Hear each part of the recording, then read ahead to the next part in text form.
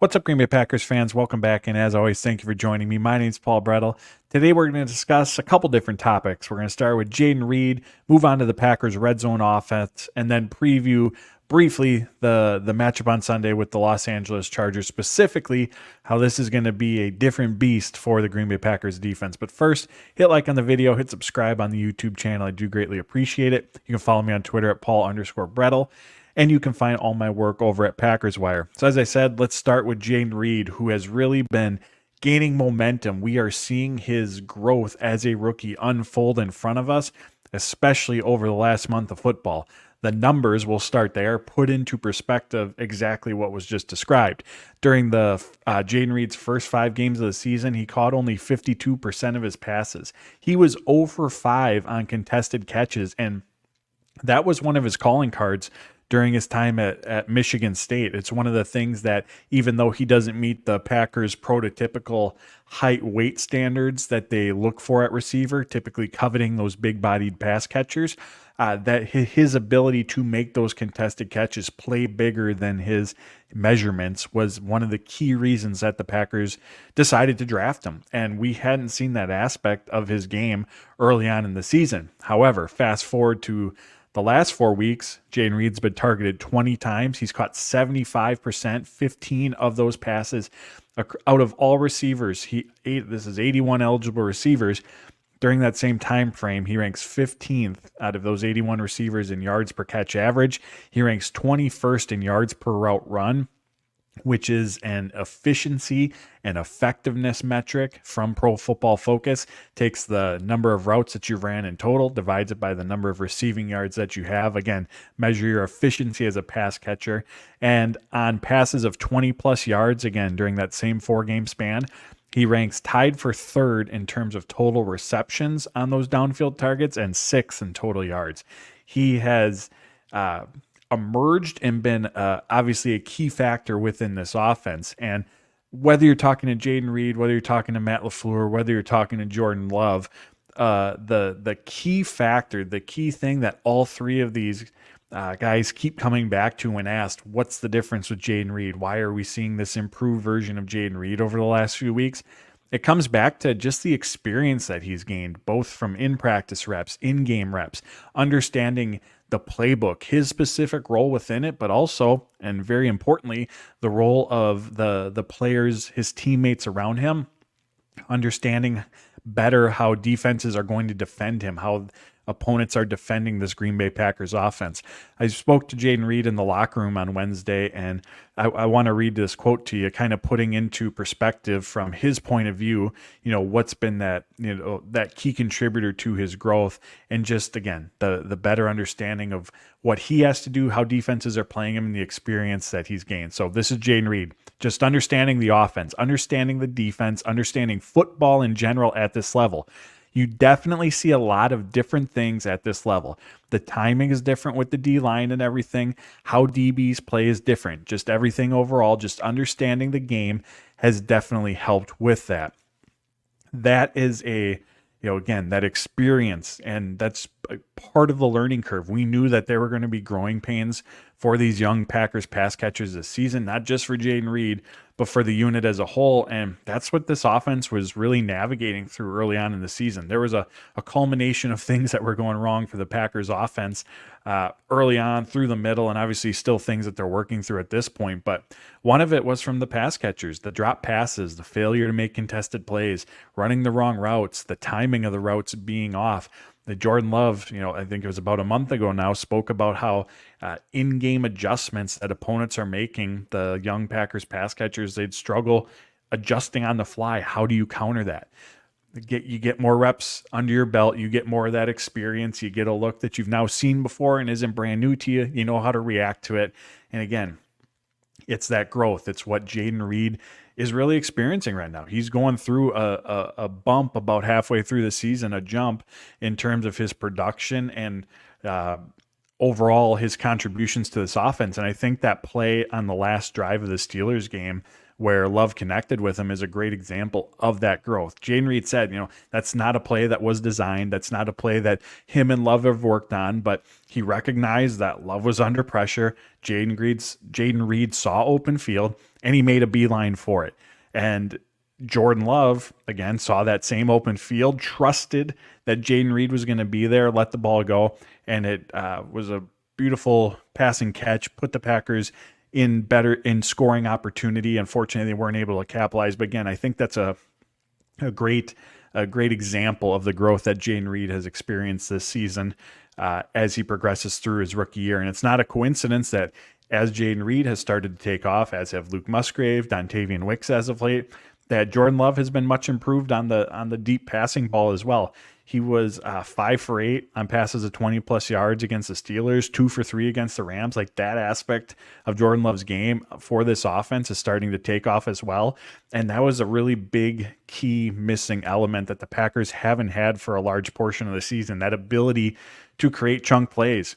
It's a tough way to live in today's NFL when you cannot generate chunk plays.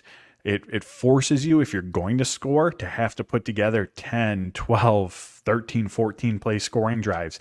And for this Packers offense that's been so mistake prone, that's not an easy task. That's not something that's repeatable and that you can do over and over and over again. Maybe you do it once a game, maybe you find a way to do it twice. But even if that's the case and you punch both those opportunities in for scores, 14 points, not a lot, as we've seen from this offense. On top of that, when defenses don't respect your ability to press them vertically, it affects how they defend you. They play closer to the line of scrimmage, makes moving the ball over the middle on short, intermediate routes, the run game, all the more challenging. As Green Bay can have more success, find more success on these deep passes, defenses are going to have to start spreading out. It's going to create better spacing and more opportunities for other pass catchers, more opportunities for the run game, hopefully create some more relatively easier pitch and catch opportunities for Jordan Love. Last thing I'm going to say about Jayden Reed, and we've seen it at the end of the Raiders game, Broncos game, this Pittsburgh Steelers game, the Packers, Jordan Love does not have a go-to option right now. He has not had a go-to option. Those crunch time situations, those must-have it, got to pick up the first down, got to get that score at the end of the game. He doesn't have that go-to option. But what we're seeing from Reed, how he's progressing, his ability to create separation, his speed, and just his overall feel for the game, knowing where to sit down in coverages, when to push the defender, all of that nuanced aspect of playing the receiver position is coming very, very naturally for him. You add all that together, you have someone who could be a go-to option for Love, again, when they get into those crunch time situations. So this is a huge development, obviously, for Jordan Love, the offense, but just the outlook of Jayden Reed and his career and what he can, the ceiling that he can reach this year as a rookie. Transitioning to topic number 2, Packers red zone offense. Where the Packers have been good as of late is over the last 3 games, and I think I mentioned this number on the last video following the post-game episode after the Steelers game. Green Bay has had 13 trips to the red zone in the last 3 games. That averages out to 4.3 red zone trips per game. To put that into perspective, over the course of the season, the Dallas Cowboys currently lead the NFL with 4.3 red zone trips per game. The fact that the Packers have gotten inside the opponent's 20-yard line that often over this 3-game stretch, that's excellent. They are moving the ball. They are finding a way, building some momentum to move the ball in between the 20-yard lines. However, when they get inside that 20-yard line, things stall out. Of those 13 trips to the red zone, only 3 of them have resulted in touchdowns for the offense. Only 1 of 5 opportunities in the red zone against the Pittsburgh Steelers resulted in a touchdown as well. So an area that obviously has to improve. If you're going to give yourself those type of opportunities, you got to punch it in. And look at that Steelers game as a prime example. Like, if they even go 2 for 5 in the red zone, and again, we got to take into account the butterfly effect. How does the game transpire from that point on?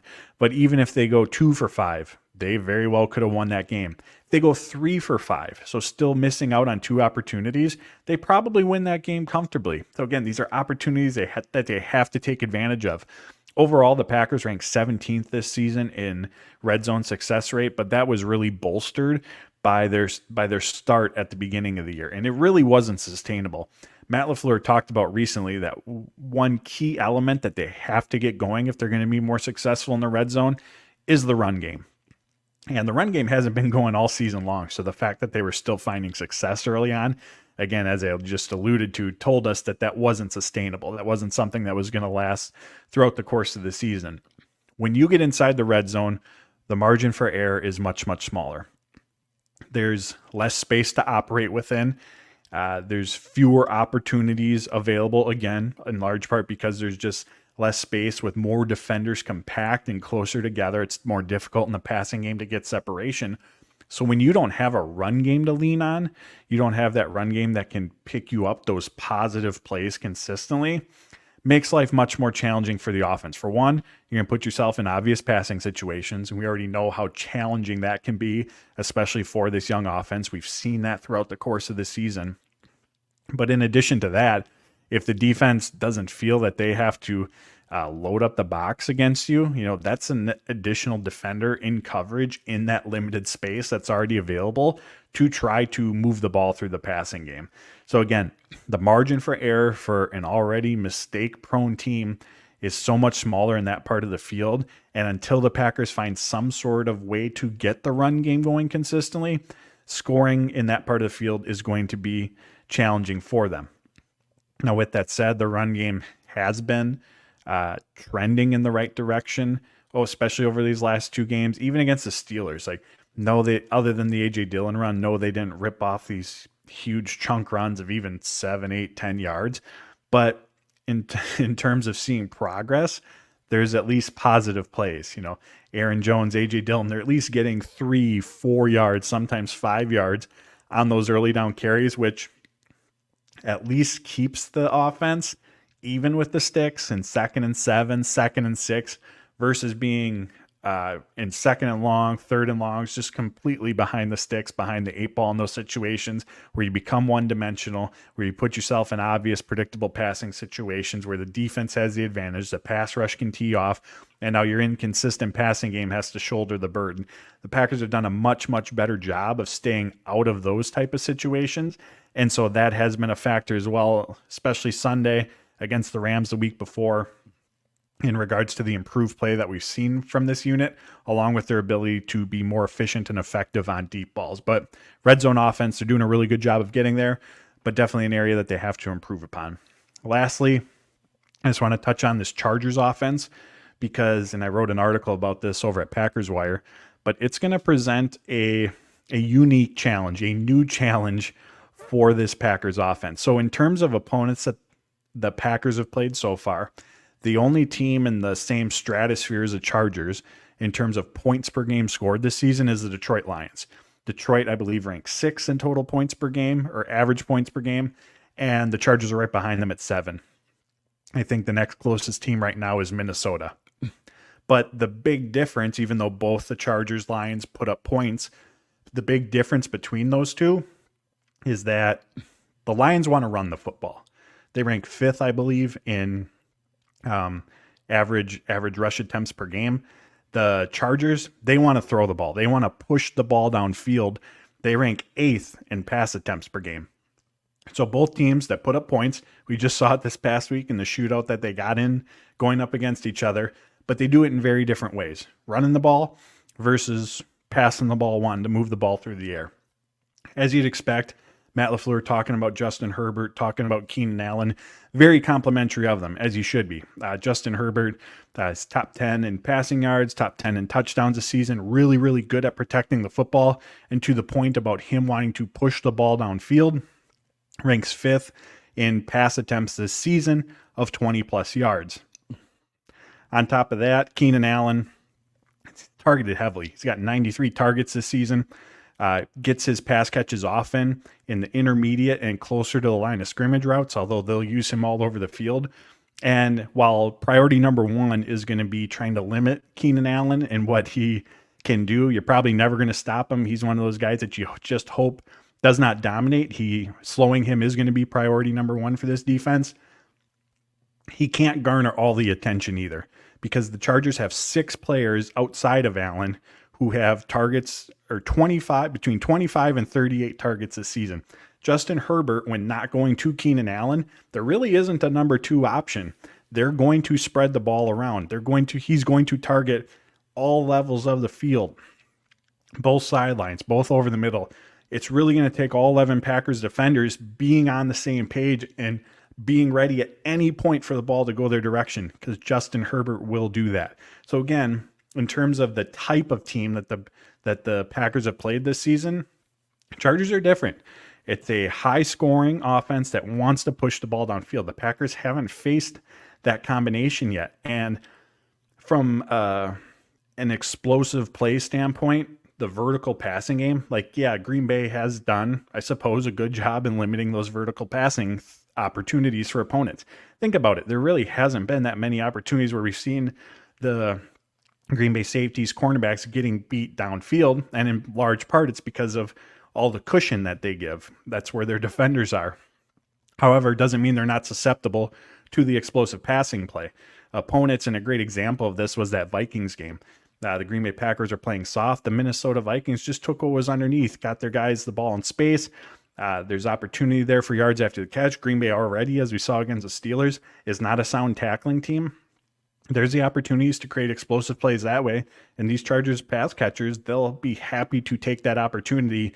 And then we know the run game as well. Green Bay's given up one of the highest explosive run play rates in the NFL this season. So how do you try to counter that Chargers passing attack? Well, as Matt LaFleur said, you got to do your best to put together a game plan, but getting after the quarterback, getting after Herbert, it's not a guarantee that it's going to work. He's been one of the better quarterbacks when under pressure this season, but try to get after him. Try to slow the Chargers running game. And again, this isn't a dynamic rushing attack that they have. As a team, they're averaging under 4 yards per carry this season, but so were the Pittsburgh Steelers. But I digress. If Green Bay is able to slow down the Charger run game, as we talked about previously, put that offense in predictable passing situations, allow your pass rushers to pin their ears back, hopefully get after Justin Herbert, that at least gives the defense the advantage in that regard. Last thing I'll say on this, the Packers run game can be a huge, huge factor in this game for their defense. We do not want this. The Packers do not want this game to turn into a shootout. Leaning on the run game, eating up yards, eating up time, controlling the time possession, keeping Justin Herbert on the sidelines can be a really, really key factor in this game for the Packers in terms of trying to keep that score from getting out of hand. Because even though this team's progressing, they don't want to get into a matchup where they got to go put up 30 plus points on Sunday. And it's possible that that's how things are going to play out. Like if this game starts off like the Detroit Lions one did, where the offense can't pick up a first down, defense is struggling to get stops. Like before we know it, we could blink and this could be a 3-score game. Like it has that type of potential on Sunday. So this is going to be a different beast, this Chargers offense, and what the Packers have faced this season. And their secondary still appears to be shorthanded. I'm recording this on Wednesday night. Jair Alexander did not practice on Wednesday. Rudy Ford did not practice on Wednesday. So that could mean that going up against, again, this high-powered Chargers passing attack, it's Carrington Valentine, Corey Ballantyne on the boundary, could be Anthony Johnson, Jonathan Owens at safety. Again, this cornerback position, secondary as a whole, very shorthanded right now, and a tough test upcoming. So there you have it, my friends. I appreciate you tuning in. Jayden Reed, Packers Red Zone, Chargers passing offense coming to town on Sunday. As always, hit like on the video, hit subscribe on the YouTube channel. I greatly appreciate it. You can follow me on Twitter at Paul_Brettel, and you can find all my work over at Packers Wire. So until next time, friends, take care, stay safe, and as always, go Pack Go.